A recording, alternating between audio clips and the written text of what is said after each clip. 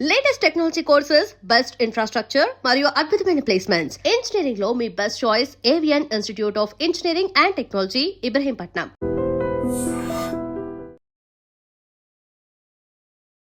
నమస్కారం, welcome to I dream.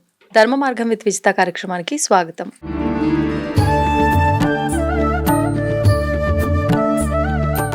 నమస్తే అమ్మా. శ్రీ గురుభ్యో నమః, శ్రీమాత్రే నమః. నమస్తే అమ్మా.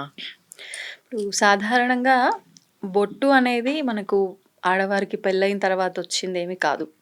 ఇలా ఆలోచిస్తే గనక హస్బెండ్ వెళ్ళిపోయిన తర్వాత బొట్టు తీయాల్సిన అవసరం లేదు అనిపిస్తుంది.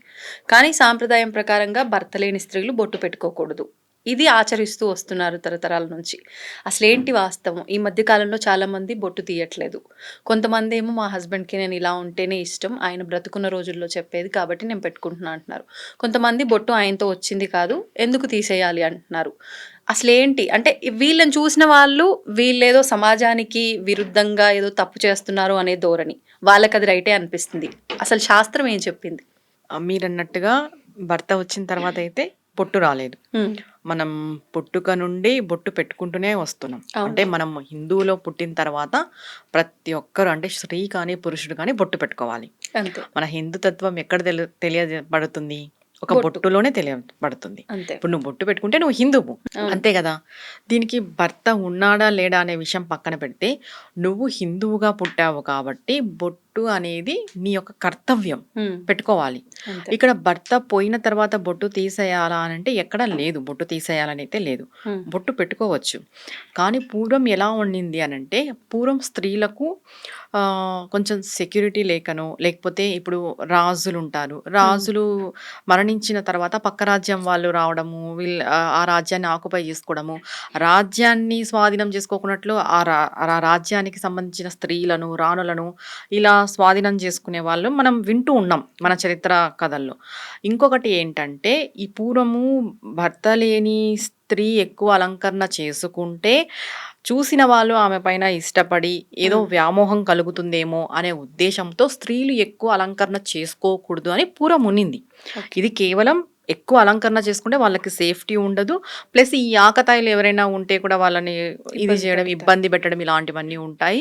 ప్లస్ ఎవరైనా మంచి వాళ్ళు కూడా, ఇప్పుడు అబ్బాయిలు ఎవరైనా మంచి కుటుంబీకులు వాళ్ళు వీళ్ళు ఉంటారు కాబట్టి వాళ్ళు ఏమన్నా వీళ్ళు అందంగా ఉంటే వ్యామోహం పడి ఇబ్బంది పడే అవకాశాలు ఎక్కువ ఉంటాయని ఒక ఉద్దేశంతో స్త్రీలు అలంకరించుకోకూడదు అని చెప్పారు తప్ప, భర్త చనిపోయిన తర్వాత ఇప్పుడు అది లేదు.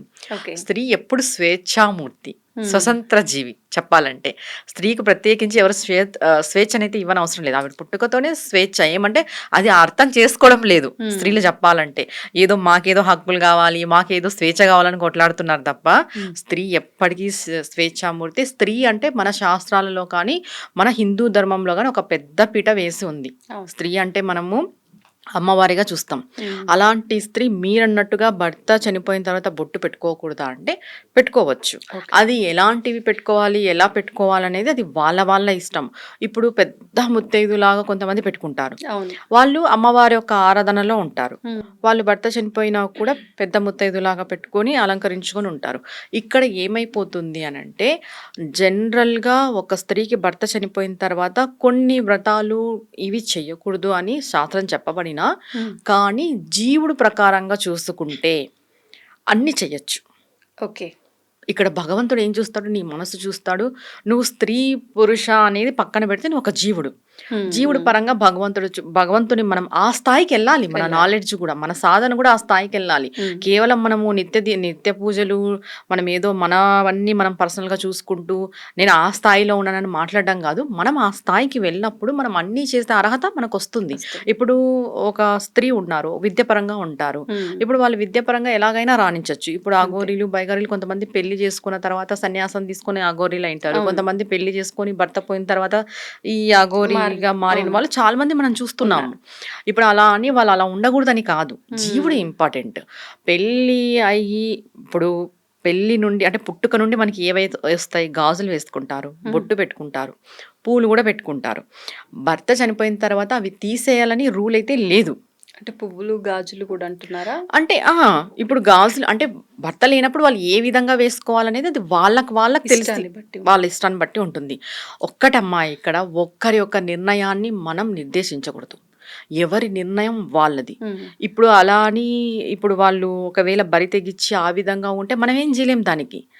వాళ్ళు డిసైడ్ అవ్వాలి. మీరు బొట్టు పెట్టుకోకూడదంటే పెట్టుకోవచ్చు. అది ఏ విధంగా పెట్టుకోవాలి, ఎలా ఉండాలనేది వాళ్ళ యొక్క లిమిట్స్‌లో వాళ్ళు ఉంటారు. అంతే. ఇప్పుడు ఇంకొకటి ఏం క్వెషన్ వస్తుంది, భర్త చనిపోతే అన్ని ఆనందాలకి దూరం కావాలంటే చెప్పలేదు. ఎక్కడ అన్ని ఆనందాలకి దూరం కావాలి, మీరు అది పెట్టుకోకూడదు, ఇది పెట్టుకోకూడదు, ఇలా ఉండకూడదు. వాళ్ళు కూడా మనుషులే. వాళ్ళు కూడా మనం మనుషులతో సాటిగా చూడాలి. వాళ్ళల్లో కూడా జీవుడు అనేవాడు ఉంటాడు. జీవాత్మనే మనకి ఇంపార్టెంట్. కొంతమంది పరిధులు తెలుసుకొని వాళ్ళు అర్థం చేసుకొని వాళ్ళు ఎలా ఉండాలో వాళ్ళు అలా ఉంటారు. ఉండని వాళ్ళు అనంటే అది వాళ్ళ ఇష్టం. ఇంకొకటి ఇప్పుడు ఉన్న మన ఈ కలియుగంలో ఒక్కరిని ఒక్కరు క్వశ్చన్ చేసేంత రైట్ లేదు. ఫస్ట్ ఎందుకు రైట్ లేదు అనంటే ఎవ్వరు కరెక్ట్ కాదు ఇక్కడ. మనమేం పైనుండి ఊడి పడలేదు. అంతే. ఫస్ట్ చెప్పాలంటే ఫస్ట్ మనం ఒకరిని క్వశ్చన్ చేసేటప్పుడు మనం ఏంటి, మనం ఎలా ఉన్నాం అనేది మనం తెలుసుకోవాలి. ఫస్ట్ మన లోతుపాట్లు మనం చూసుకున్న తర్వాత ఇంకొకరిని క్వశ్చన్ చేయాలి. చాలా మంది ఏం చేస్తారంటే ఒక స్త్రీ అలా ఉంది అంటే ఆవిడ ఇలా ఉంది, ఆవిడ అలా ఉంది అని ఆవిడ వైపు మనం మాట్లాడతాం. అది చాలా పాపం. ఆవిడకి తెలిసి ఉంటుంది ఆవిడ కష్టమేమో ఆవిడ పడుతుంది, ఆవిడ లైఫ్ ఆవిడ ఇష్టం. నువ్వేం ఆవిడనేం ఉద్ధరించట్లేదు, మనమేం ఒకరికేం సహాయం చేయట్లేదు. నువ్వు ఉద్ధరిస్తా ఉంటే, నువ్వు సహాయం చేస్తా ఉంటే, నీ వల్ల ఆవిడ బతుకుతా ఉంటే నువ్వు మాట్లాడినా ఒక అర్థం ఉంటుంది. అట్లాంటప్పుడు కూడా మాట్లాడకూడదనే చెప్తాయి శాస్త్రాలు. మనం ఎంతైనా సహాయం చేయాలి, వదిలేయాలి, దాని గురించి మాట్లాడకూడదనే విషయం మనకు తెలుసు. అలాంటప్పుడు ఎవ్వరి లైఫ్ వాళ్ళ ఇష్టం. అది వాళ్ళ లిమిట్స్లో ఉన్నారా లేదా అనేదే మనం చూస్తాం. వాళ్ళ వల్ల సమాజానికి ఏమన్నా చెడు జరుగుతుంటే అప్పుడు మనం ఏదైనా నోరు విప్పి మాట్లాడే అంత ఉంది. కానీ వాళ్ళ లైఫ్ వాళ్ళు బతుకుతున్నప్పుడు, ఎవరి లైఫ్ వాళ్ళు లీడ్ చేస్తున్నప్పుడు ఒకరి లైఫ్ను మనం వేలు పెట్టి చూసే అంత అర్హత ఎవరికీ లేదు. ఎవ్వరికి కూడా లేదు. ఒకరి లైఫ్ ని మనం ఏలు పెట్టి చూపించాను తర్వాత ఎవరికి లేదు. ఎవ్వరు పైనుండి దిగి రాలేదు ఇక్కడ. ఇప్పుడు చెప్పాలంటే కొన్ని పూజలు వాటికి వాళ్ళు చేయకూడదు అంటే భర్త లేని వాటికి సంబంధించి వ్రతాలు ఇలాంటి వాటికి సంబంధించి వాళ్ళు చేయడానికి అర్హత లేదేమో. కానీ అవి చేస్తున్న వారు కూడా వాళ్ళని కాస్త దూరంగానే పెడతారు. పూజకు సంబంధించిన పనులు ఏమి చేయనీయకుండా అలా ఏదో పక్కకి గెస్ట్ లాగా ఉంచామా అంటే ఉంచామన్నట్లుగా ఇంట్లో వాళ్ళు కూడా చాలా మంది అలా చూస్తూ ఉంటారు. అసలు అలా చేయాల్సిన అవసరం ఉందంట. చాలా చాలా పెద్ద తప్పు. నువ్వు పెద్దగా ఘనంగా వ్రతం చేస్తుంటావు, ఆవిడ వచ్చినప్పుడు నువ్వు బాధపడ్డాము, అయ్యో ఈవిడ వచ్చింది. అసలు ఆవిడ మనిషే.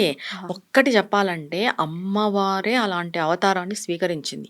మనకి ఈ దశమహావిద్యలు ఉన్నాయి కదా, దానిలలో ధూమవతి ఒక అవతారమే ఈ అవతారం. అమ్మవారు అట్లాంటిదే ఆ అవతారాన్ని స్వీకరించినప్పుడు సాధారణ స్త్రీకి అలాంటి పరిస్థితి వస్తే నువ్వు అమ్మవారిలాగా చూడాలా, లేకపోతే ఈవిడకి భర్త లేడు, ఈవిడ అక్కడ ఉండాలి ఇక్కడ ఉండాలని చూడాలా? చెప్పు. కొంచెం మినిమం కామన్ సెన్స్. ఆల్రెడీ ఆవిడ భర్త కోల్పోయి చాలా బాధలో ఉంటుంది. అలాంటప్పుడు మనం సపోర్ట్ చేయాలి. సపోర్ట్ చేసి వాళ్ళని ఎంకరేజ్ చేయాలి. ఎందుకంటే భర్త పోవడం అనేది జీవితంలో సగ భాగం కోల్పోయినట్టే, టోటల్ జీవితం కోల్పోయినట్టే.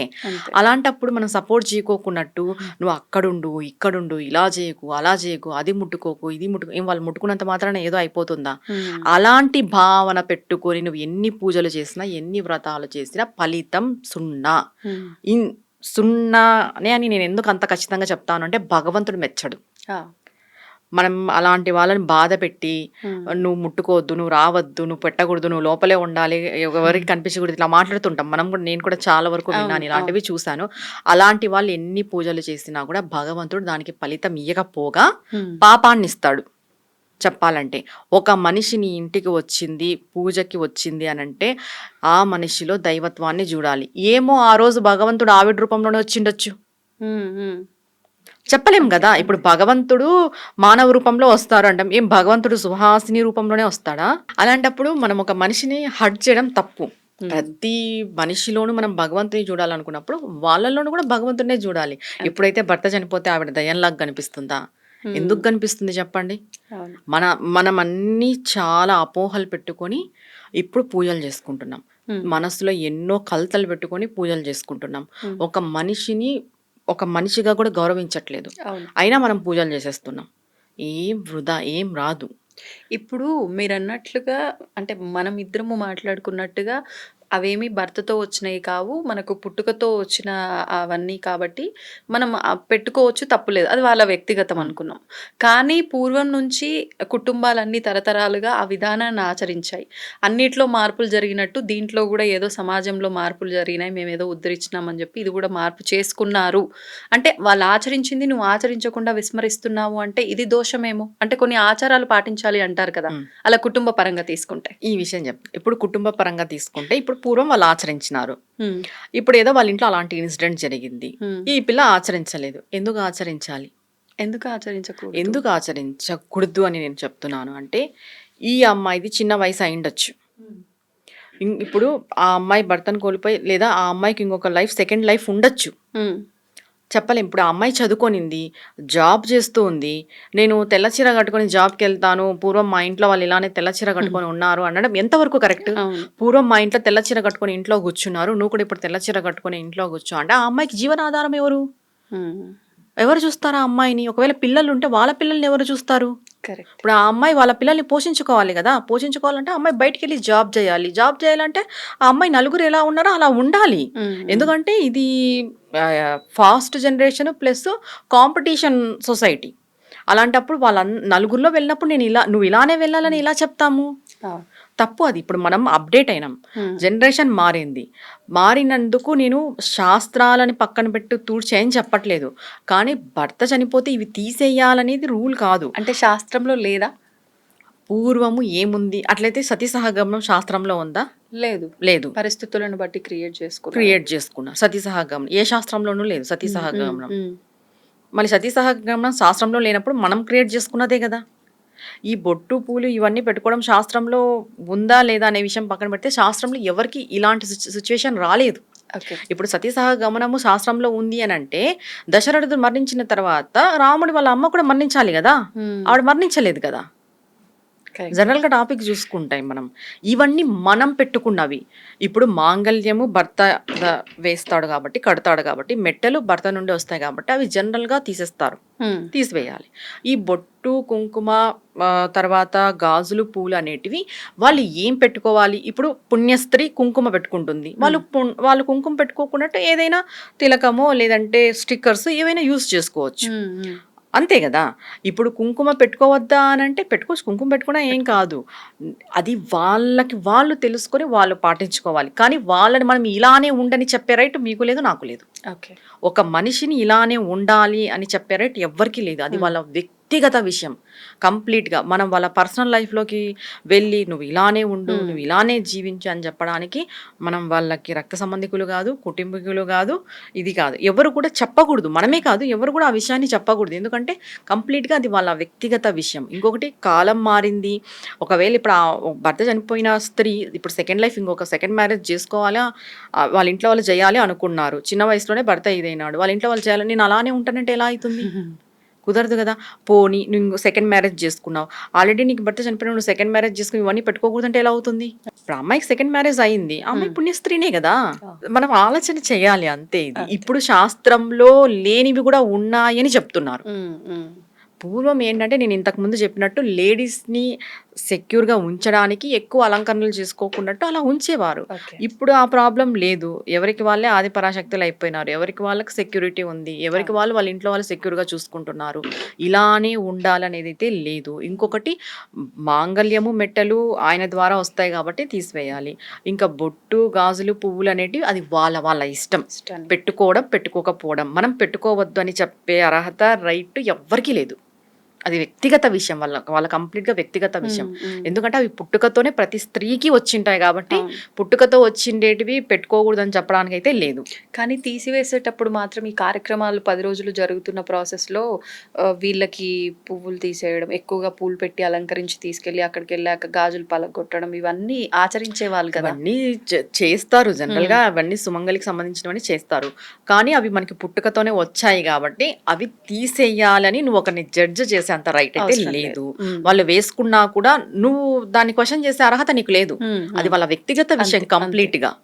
ధన్యవాదాలు. నమస్తే అమ్మా. And for more videos, Please subscribe to iDream channel. Subscribe to iDream Media. Please subscribe to iDream. Please subscribe to iDream. Please subscribe iDream. And please subscribe to iDream. For more videos, subscribe to iDream. please like, share, and subscribe to the channel. Congratulations, iDream. Subscribe to iDream. Subscribe to iDream. So subscribe to iDream Media. iDream ki iDream team andarki huge congratulations. Please subscribe iDream Media. Please subscribe to iDream. Subscribe iDream. Please subscribe to iDream. iDream అంటే నా కళల ఛానల్ను subscribe చేసుకున్న నోరు తిరుగుతలేదు, మీరైతే గంట గుర్తు కొట్టండి. For more such videos, please subscribe to iDream. Subscribe to iDream. Please subscribe to iDream. Please subscribe iDream Media. Please do subscribe to iDream. Please subscribe to iDream Media. For best entertainment and information, please subscribe iDream. And don't forget to subscribe to iDream.